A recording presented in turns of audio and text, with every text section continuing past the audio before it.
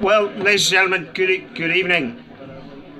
Firstly, a very warm welcome, and thank you very much indeed for coming.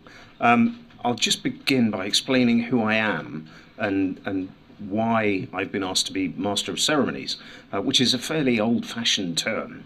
That just means I'm going to introduce people. So my name is Chris Moon. I'm probably the luckiest person to be alive you're likely to meet. I was interviewed by a psychologist recently who studies survival, and he told me I should be dead at least 14 times. So from that I've worked out, be very careful who you listen to. I grew up farming. I worked incredibly hard. From the age of 15 I milked cows before I went to school in the morning. I was in a farming partnership, and by the age of 21, I'd achieved my life's ambition. We grew up poor. There was no land or money in my family. But by the age of 21, I'd achieved my life's ambition. I was in a farming partnership with a very successful farmer who had no son, who wanted somebody to carry on his legacy and work for a very low salary and buy out the cattle and the land, which I did. Unfortunately, his knees and hips went, so I had to go and do something else. I also then ran a centre for homeless young people. But coming out of farming was a great advantage. You see, I had the opportunity to do something humanitarian. And back then, I decided the humanitarian thing to do was become an army officer and learn how to kill people. I am, of course, only joking. I became an officer in the military police, because my father, who was an army commander in the Second World War, my grandfather, who fought in the First World War, taught me something about human nature, which is what we are here to remember tonight. And that is that ordinary people will do the most horrific and horrible things unless they are held accountable.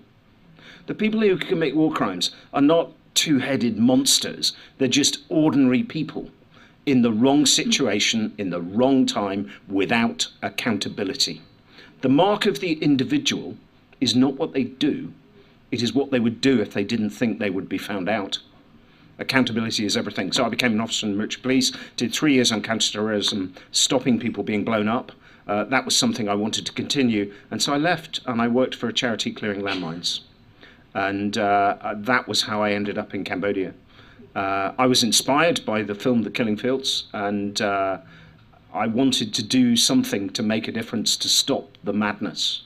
The army were brilliant. They offered me any opportunity to, any choice of job to stay, but I didn't want to go and sit behind a desk. I wanted to do something that stopped people being blown up. So I worked for this charity clearing landmines, and by the way, I was really good at it. I found exactly what we were looking for. So I was in Cambodia 2 years, and after that, I ran a big program in the north of Mozambique. I was blown up doing the least dangerous thing I ever did, walking in a safe area, lost my right arm and leg, survived against all the odds. I was written off as dead about 3 times on my casevac, and I died and was revived. What I can tell you is live life with passion and with enthusiasm. It is truly a gift that we take for granted. And for those who have had their lives taken with no control, with no mercy, that is what we are here to remember tonight. I went to Cambodia in 1993. I'd been there 6 weeks. We were there operating with the United Nations. They asked us to clear landmines in a remote border village. It was then that we were ambushed. I was taken prisoner by the Khmer Rouge, and there were 7 times during the 3 days we were held when they were going to execute us. On each occasion, I managed to persuade them not to.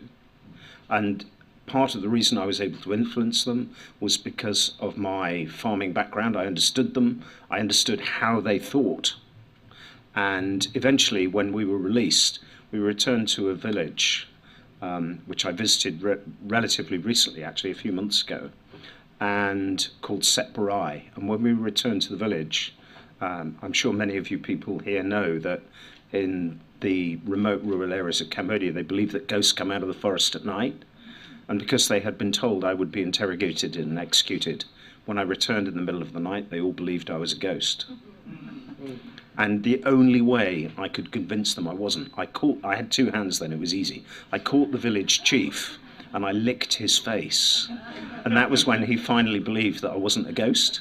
You're not going to remember anything about Chris Moon, are you, apart from the fact that he licked an old Cambodian person. But we were incredibly fortunate to survive. I became friends with the commander I persuaded to not execute us. And I'm still friends with him. I was very lucky that I met someone who could understand the concept of compassion. But he was very unusual. Love was dead with the Khmer Rouge. Does that make sense? Love died. Who's been to Tuol Sleng, S21, or Bokeng, the killing fields, right? Here's the question. Could you feel the badness? Could you feel the evil? And it's very strange, isn't it, that in our modern society, we confront this difficult issue that you can feel evil and horror as a physical presence. Is that fair? That's what I felt, and that's what I felt for the 3 days when I was a prisoner. And that's why it is important that we remember and we do not forget. So today we remember April 17th, 1975. 50 years ago. What were you doing 50 years ago, John? I was in Phnom Penh. You were in Phnom Penh, yeah. Yeah, as the only British journalist. Yeah, you were the only British journalist. Phenomenal that it. And the reason I was so keen to ask you is because this is real, isn't it? This is still in the present tense. Yes. Yeah. It is very much so. Yeah. So thank you for being here. And you saw them, the Khmer Rouge. I'm not sure they marched in. They came in on vehicles. They scattered in an unruly, undisciplined army. They took Phnom Penh and forced 2 million people to leave their homes at gunpoint. Between 1975 and 1979, Cambodia endured one of the most devastating atrocities of the last century. I had the good fortune to meet Prime Minister Hun Sen, and he said, look, no country has suffered from war like Cambodia in the 20th century. And I think that's a very fair comment. So the Khmer Rouge were driven by an extreme ideology. It's estimated between 1.5 and 2 million people died through starvation, forced labour, torture and execution. Those of you who've been to Tuol Sleng, we talk about this feeling of evil and the killing fields, Bokeng. You can feel it as a tangible physical presence. One day, quantum physics will be able to explain the energy exchange that is going on here. But the important thing that we need to remember about Tuol Sleng and the killing fields is that there were at least another 120 Tuol Slengs around Cambodia. It's very difficult to get your head around it, but there were, if you've been there, there were another 120 of those facilities. Every commune, every region had its own Tuol Sleng. So the Khmer Rouge were, it was a French colony. They were educated in Paris. Pol Pot went to the Sorbonne. He failed all of his electrician's exams and electrical maintenance exams, which is possibly what gave him a hatred of the modern world, I think, and all things technical. They had an unobtainable dream to create a rice-growing dynasty in Cambodia in the late 1970s. And having studied agriculture, I can tell you that you're not going to create wealth in the 1970s by growing rice. So as we mark 50 years of remembering the killing fields and those innocent people who died there, there were the old people and the new people, those people who joined the revolution before 1975, and the old people were those who joined afterwards, who were seen as ideologically impure, who they put a lot of effort into stamping out. But I've just got one example from my own experience that I'd like to share with you that puts, I think, the Khmer Rouge ideology into perspective. I was clearing landmines on the side of an irrigation canal in Pasat province, and it was a 50-kilometre canal that had been built between Svaychek and Pasat, the two towns, and it was to irrigate the rice fields to grow 2 crops of rice a year, because they had been told by their French colonials that they used to grow 2 rice crops a year. It later turned out that was completely incorrect. The research was incorrect. It was only one small area of see and reap where they could grow 2 rice crops. But to do that, they did put this irrigation canal in on the grid line of a map. So the Khmer Rouge commander said, we're going to have an irrigation canal on the grid line between Svajcek and Passat. Just one problem with that, which I can tell you about as a farmer. Look, I learned at a very young age, water does not flow uphill. So they put it along this grid line, the water didn't flow, and what happened? You can probably guess. They blamed CIA spies, and they had thousands of executions because the water didn't flow in the canal. And that's what we're here to remember.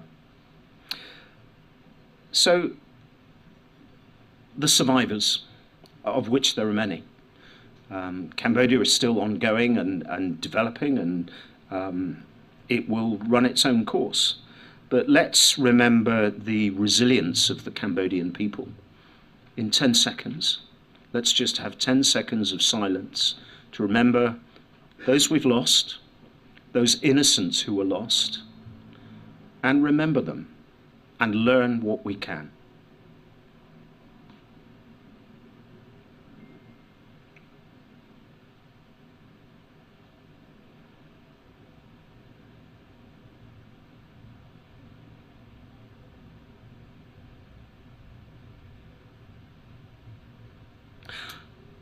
My operations officer, a guy called Leng, he was a wonderful man, and one of the things that's very wonderful about Cambodian society is how the bond of the family is really important.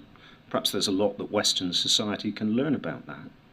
And we became like brothers, and his family called me his older brother. When no one was looking, he used to call me his younger brother and try and get me out of trouble. But what a wonderful man. But his last experience of the Khmer Rouge was seeing his brother, who was taken prisoner, and they were in a forced labour camp, as was the whole of the country, and his brother got sick and couldn't work, so they made him kneel down, and Khmer Rouge soldiers had a competition to see who would be the first to batter his brains out and have brains on a stick. When we were taken prisoner, I still remember it in the present tense, and I went back a few months ago to the spot where we were first taken prisoner. I could still feel that horror and evil there in that place. But look, there were some good people in the Khmer Rouge. The Khmer Rouge commander who I persuaded to not execute us said that during his whole 20 years in the Khmer Rouge, he managed to save 4 lives. Well, one of them was mine, one of them was my truck driver, one of them was my operations officer, the other one was somebody who had malaria. So I think this is what we are here to remember. And it was really interesting because when I was first taken prisoner, I was made to stand there, and a Khmer Rouge soldier came up, put an AK-47 up my left nostril and said, "Take your clothes off." And then what happens is you focus on your worst fears. And I started praying, please God, don't let them shag me. And then I thought, well, never mind if they do, I won't be a victim, I'll be lousy. And this is honestly what I thought. And then the other thing I thought was, gosh, that AK-47 is a perfect fit. I didn't know that. I did not know that. Anyway, look, ours was an unusual story because it had a happy ending. I then went on, when I was running landmine clearance teams in Mozambique, I explained that I was blown up, lost my right arm and leg. I would do it all again, I don't regret a thing. Was able to stop this happening to a lot of people, do it all again. And look, unfortunate things happen to all of us in life, and shit happens to all of us. The important thing is to wipe it off before it sticks, because nobody wants to be next to somebody with that stuff stuck to them. Isn't that the truth of life? Love life. Make the best of it. I choose to be thankful. Now, one thing I did want to say to you all is, look, be happy. Make the best of your lives. Do you know who the happiest people in the world are? It is people who have spent more than 50,000 hours in meditation, thanking God for all the good things in the world. Indian gurus, for example. They never get sick because when you're thankful, your endorphins are boosted. So when I'm at home, I wake up, I travel all over the world. I've been a motivational speaker for more than 20 years.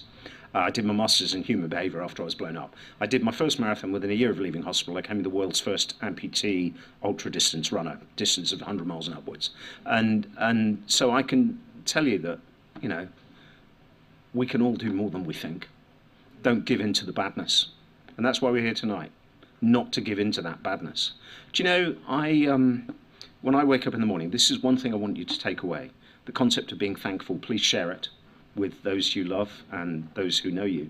So when I wake up in the morning, I was told that I was the last person in the world who would cope with having one arm or one leg. And they said, look, Chris Moon's life, everything in it is about having one arm, is about having two arms and two legs. Now he's lost one, you know, his life's over. His hobbies, running, mountaineering, gardening. Gardeners live 10 years longer, by the way. And so do people with dogs. And it's the unconditional love you get from your dog, not unconventional, I stress to point out. But it's the unconditional love. And if you want to test it, put your dog in the boot of the car for 2 hours, repeat the experience with your partner and see who's most pleased to see you when you let them out. So, look, I choose to be thankful. So this concept of gratitude is something we should share, because one thing you notice in Cambodia is that people are thankful. And that's something we can learn. So when I wake up in the morning, I give my wife my normal good morning greeting. She gives me her normal good morning greeting. Get off. And then I think, gosh, I'm so lucky to have my eyes, my left arm, my left leg. So lucky to have a prosthesis that fits me. So lucky to have my house where I can see trees out of over a window. And so lucky to have my fabulous children who speak to me if I pay them. Think of all the things you have to be thankful, and smile and laugh. And if you're ever finding anything that makes you sort of think, well, I need to find something to laugh at, just look at the people around you. It won't take long. So here we are. Now, look, we've got a film for you. And it's a short screening of Prue Leaf, Journey with My Daughter, over there, Lida. The film has inspired the Reconnecting Cambodia Project. The screening will be followed by a short interview with the founders, Lida Kruger and Meta Moon MBE. I hope, Meta, did I say your name right? Meta. Yeah. I'm not even going to go near the Moon MBE. I think we'll just leave that. Okay, so enjoy the film. Thank you.